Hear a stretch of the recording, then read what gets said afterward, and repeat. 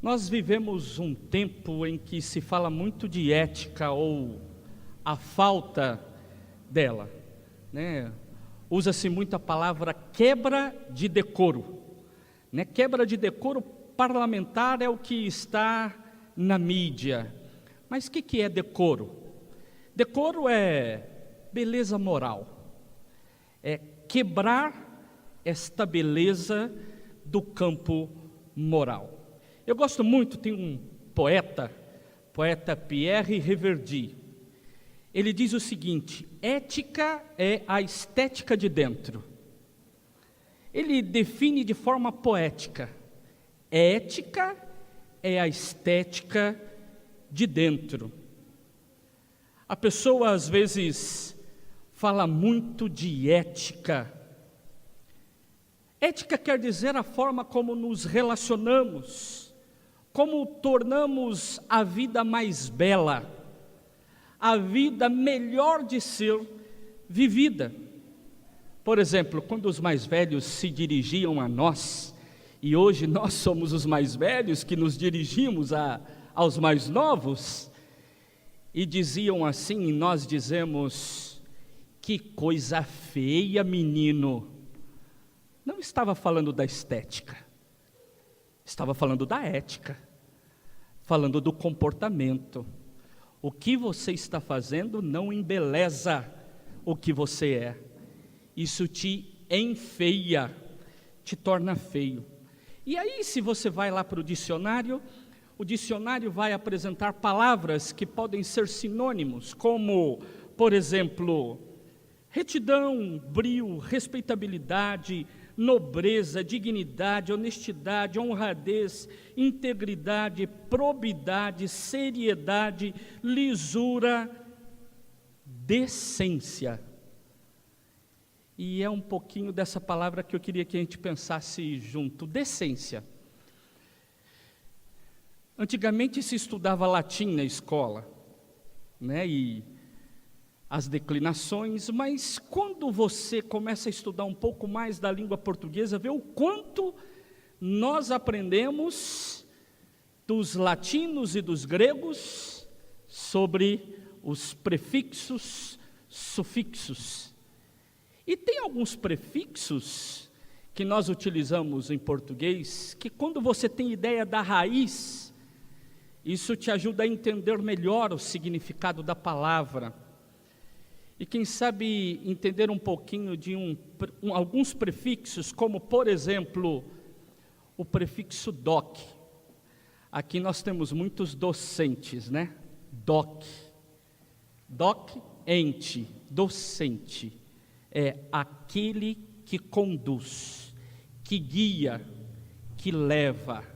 Doc, disque, daí discente, disque significa aquele que é levado, que é conduzido. Por isso você conhece palavras como discipulado, disciplina, vem deste prefixo disque. E tem a palavra dex, ente, decente, que dec aqui significa beleza, daí a palavra decorar. A gente usa muito essa palavra quando se fala de ornamentação. Claro que podemos utilizar essa palavra em português para falar de memorização, mas um dos significados desta palavra é ornamentar, embelezar. Decência é tornar a vida mais bela, tornar a vida mais bonita. Ética é essa ideia de tornar as relações, a convivência mais bela. Embelezar os relacionamentos.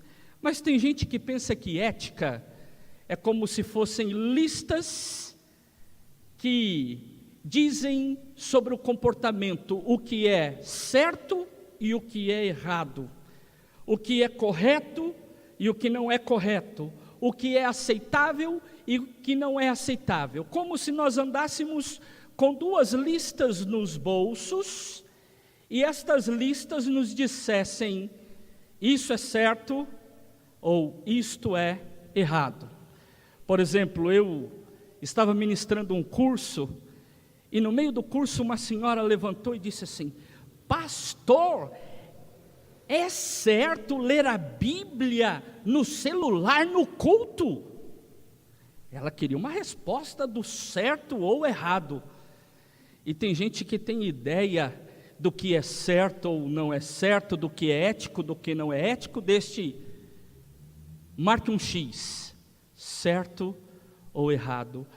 E a vida nem sempre é assim. Eu disse para ela: minha irmã, sabia que lá no final do século XV, início do século XVI, quando a imprensa foi inventada e a Bíblia foi imprimida, foi impressa, eles também tiveram dificuldade para entender como é que ia pegar essa mensagem santa que ficava guardada, e agora você vai transformar num livro? Eu queria dizer, se a gente quer usar um livro santo na igreja, nós precisamos de voltar aos papiros então. Porque existem coisas que não há resposta de certo ou errado, e a ética então é a inteligência para se resolver aquilo que nos impõe a vida. É o ato do diálogo no momento em que temos que responder. Jesus nunca escreveu: ao usar o seu WhatsApp, faça de tal forma. No Facebook, nunca poste. Não tem. Ética é a inteligência de dizer o que é melhor a se fazer nos desafios da vida. A vida nos impõe desafios e nós precisamos de dar respostas a essa vida. Há um filósofo chamado Jean-Jacques Rousseau. Ele escreveu um texto, e no texto dele ele fala sobre a origem das desigualdades, e o que me chama muito a atenção, uma ilustração que ele usa lá. Ele usa uma ilustração tão simples para falar sobre isso, e eu quero dividir com você. Ele fala sobre o gato e o pombo. O gato e o pombo? Isso. Ele vai dizer o seguinte: o gato só sabe ser gato. Vou fazer um neologismo aqui, né? Inventar uma palavra. O gato só sabe gatear. Ele não sabe fazer outra coisa. Ele só sabe ser gato. E o pombo só sabe, neologismo, pombear. Ele não sabe inovar. Por exemplo, você pega um tanto de alpiste, coloca na frente do gato e diz: come. Ele morre de fome, mas não come. Ele é gato. O instinto dele não permite ele comer alpiste. Ele não vai refletir e dizer: sabe que eu estou com meu intestino preso? Acho que alpiste me fará bem. O mesmo o pombo, você pode pegar a carne de primeira, um filé mignon, deixar na frente dele, ele morre de fome, mas não inova, ele não experimenta, ele não diz assim: vou comer para sobreviver. Não, o pombo só sabe pombear, e aí então ele vai morrer, mas não come carne. Porém o ser humano, ser pensante, ser que reflete, nós comemos o alpiste, chamamos isso de linhaça, não é isso? Colocamos linhaça num monte de coisa, nós comemos o pombo, nós comemos a carne assada, crua, ao molho, cozida, e comemos o gato. Vietnã é um prato exótico. Nós criamos novidade, e porque criamos novidade, porque decidimos que podemos fazer diferente, nós precisamos de pensar se aquilo que vamos fazer diferente é o melhor, é o correto. Por isso a gente decide o que vamos fazer e como vamos fazer. Isso nos diferencia do restante da natureza. O ser humano é um ser que reflete, e por refletir, ele tem que decidir. E quando decide, ele decide o que vai fazer e como vai fazer. Se nós pensamos que ética é uma tabela pronta, parece que nós somos escravos de uma lei que ou nos liberará ou nos condenará. Mas ética não é isso. Ética é o princípio da liberdade, que me ajuda como ser humano a agir da forma mais correta, como um ser que pensa, como um ser que reflete, como um ser que pode errar, mas decide. Pessoas que querem fazer o melhor e podem até errar. E eu quero então dizer para você, que ao olhar para o texto bíblico, e quando eu preparava este sermão e escolhi o texto, eu lembrei da vez que eu preguei esse texto aqui na igreja, há 10 anos atrás, quando nós fizemos uma atividade especial com o coral, e a cada domingo eu preguei sobre fé, esperança e amor. E foi este o texto utilizado, claro que num outro contexto e um outro sermão, mas eu quero te convidar a ouvir a leitura da palavra.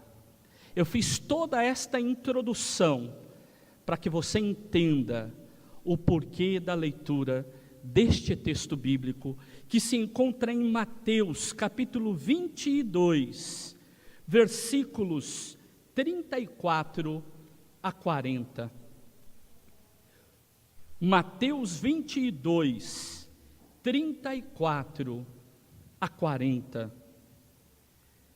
Diz assim o texto: entretanto os fariseus, sabendo que ele fizera calar os saduceus, reuniram-se em conselho, e um deles, intérprete da lei, experimentando-o, lhe disse: mestre, qual é o grande mandamento da lei?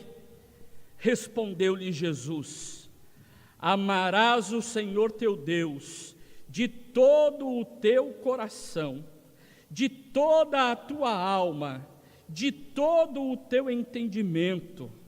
Este é o grande e primeiro mandamento. O segundo, semelhante a este, é: amarás o teu próximo como a ti mesmo.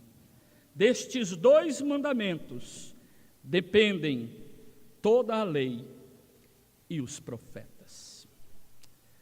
Obrigado, Senhor, pela tua palavra. Obrigado pela oração que o Mateus fez por mim, ó Deus. E eu quero ser usado debaixo da tua graça para pregar a tua palavra, orando em nome de Jesus. Amém. O Mateus orou por mim e eu fiquei feliz pela oração dele. Ele encontrou comigo esses dias no velório do irmão Josezito, foi lá e me deu um abraço, falou: Pastor Paulo, e abraçava. É muito bom o carinho que temos uns pelos outros.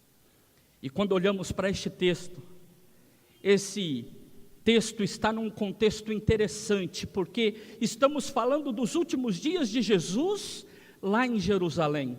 E Mateus, quando escreve o seu evangelho, ele traz à memória esses acontecimentos, mas não como uma narrativa jornalística, não porque é uma notícia de última hora, mas porque depois de 50 anos, ele precisa de escrever sobre isso para animar a comunidade de fé que ele liderava. E ele, quando escreve dizendo: lembrem-se do que aconteceu no passado. Isso é alimento para nós hoje. Por isso o Evangelho, ele é escrito com o objetivo pedagógico, catequético, de alimentar o povo diante das dificuldades da vida, das decisões a serem tomadas. Só que nestes últimos dias, segundo a narrativa do Mateus, Jesus foi pressionado pela liderança religiosa lá de Jerusalém. E aí, se você quiser acompanhar na sua Bíblia, neste mesmo capítulo, os versículos 15 a 22, fala de uma controvérsia entre Jesus e os herodianos. E a pergunta é certo nós darmos dinheiro a César? Jesus dá uma resposta: dai a César o que é de César, a Deus o que é de Deus. Era uma pegadinha. Uma segunda controvérsia são os versículos 23 a 33, quando os saduceus começam a testar Jesus sobre a ressurreição. E Jesus então dá uma resposta. E a terceira controvérsia, a terceira tentativa de pegadinha para condenar Jesus, é o texto que nós fizemos a leitura. Os fariseus perguntando qual o maior mandamento. E Jesus então responde que é o mandamento do amor, que é o amar a Deus acima de todas as coisas e amar ao próximo. Para nós parece uma resposta banal, tão simples. Mas quando nós entendemos o contexto, os judeus, no desejo de cumprir a vontade de Deus, seguiam e seguem até hoje os 5 primeiros livros da Bíblia: Gênesis, Êxodo, Levíticos, Números, a Torá, chamado livros da lei. E nestes livros tem várias ordenanças, vários preceitos, vários ensinamentos de Deus para o seu povo. E os estudiosos foi tirar cada um destes e elencar uma lista do que nós conhecemos hoje e no decorrer de toda a história como os 613 mandamentos da Torá. 613 mandamentos da Torá. 613 leis que devem ser seguidos. E aí a grande questão é: se alguém desobedece, lembram quando chegaram com a mulher que adulterou na frente de Jesus? Disseram com arrogância: a lei de Moisés diz que ela deve ser apedrejada. A lei está pronta, enfia a mão no bolso, tira a lista e condena. Mas Jesus sempre tem uma saída pautada por outros valores, que não é o valor do legalismo, é o valor da vida, do amor e do respeito. Por que 613? Olha que interessante, existem nestes 613 preceitos, 365 que são proibições. 365 proibições, o que não se deve fazer. E 248 mandamentos que têm a ver com as ações, aquilo que devemos fazer. Justificativas. Existe para cada dia do ano algo que eu não devo fazer e tenho que me lembrar a cada dia que não devo fazer algumas coisas. Na concepção da medicina da época, o ser humano teria 248 ossos no corpo. Claro que não podemos comparar com a medicina hoje, mas segundo eles, os 248 ossos humanos, todos eles devem se esforçar para cumprir o mandato, a lei, o desejo de Deus. Vejam que no desejo de fazer o melhor, eles foram aumentando o número de mandamentos e pensando que isso se torna um peso tão grande, onde as pessoas não enxergam o outro como outro, onde não humanizam as relações, mas onde requer do outro, ou requerem dos outros atitudes que seguem um preceito legal. Se não cumprir, não estou nem aí com você, porque você tem que cumprir o que é certo. E aí, em nome da lei, o amor foi deixado de lado por muitas vezes. O amor à vida, o amor ao próximo, sempre deixado de lado. Por isso, a mensagem do texto é uma mensagem onde Jesus ensina aos seus discípulos, e depois Mateus, relembrando disto, ensina à sua igreja, que toda a lei, ou seja, tudo aquilo que foi ensinado pelos profetas e pela lei, expressão hebraica, lei e os profetas, tudo isso se resume no amor a Deus e amor ao próximo. Isto é a raiz de tudo. Se não há amor, não adianta ter a polícia da religião que diz o que é certo e é errado. Vivemos tempos em que se tem dificuldade em aplicar disciplina, ou porque somos rígidos demais, ou porque somos permissivos demais. Uma disciplina pautada pelo amor e coerente tem sido difícil no ambiente da escola, no ambiente da família, no ambiente da comunidade, porque às vezes o que está longe de nós é o ato humano de verdadeiramente amar as pessoas, amar aqueles e aquelas que cumprem ou não cumprem alguns preceitos da lei. Quando Jesus simplifica essa lei, Ele está dizendo: tira este peso das costas do povo. Lembra quando Jesus disse para os fariseus: vocês colocam um peso nas costas dos outros que nem vocês carregam. Por isso, às vezes, nós temos facilidade em colocar um peso para que o outro seja melhor, mais perfeito, mais correto. Voltando ao início da nossa reflexão, tenha mais ética, seja mais belo por dentro, o que às vezes nem eu e nem você conseguimos ser tão belo como desejamos que outros sejam. Jesus nunca se preocupou com os rituais. Jesus rompeu com o sábado. Ele falou: o que é melhor? Curar uma pessoa, salvar ela? Ou guardar o sábado e deixar que ela seja condenada? Jesus rompe com essa visão. Jesus vai dizer: olha, somos chamados a amar a Deus e ao próximo. Mas essa fala de Jesus não é novidade, isso já estava presente no Antigo Testamento.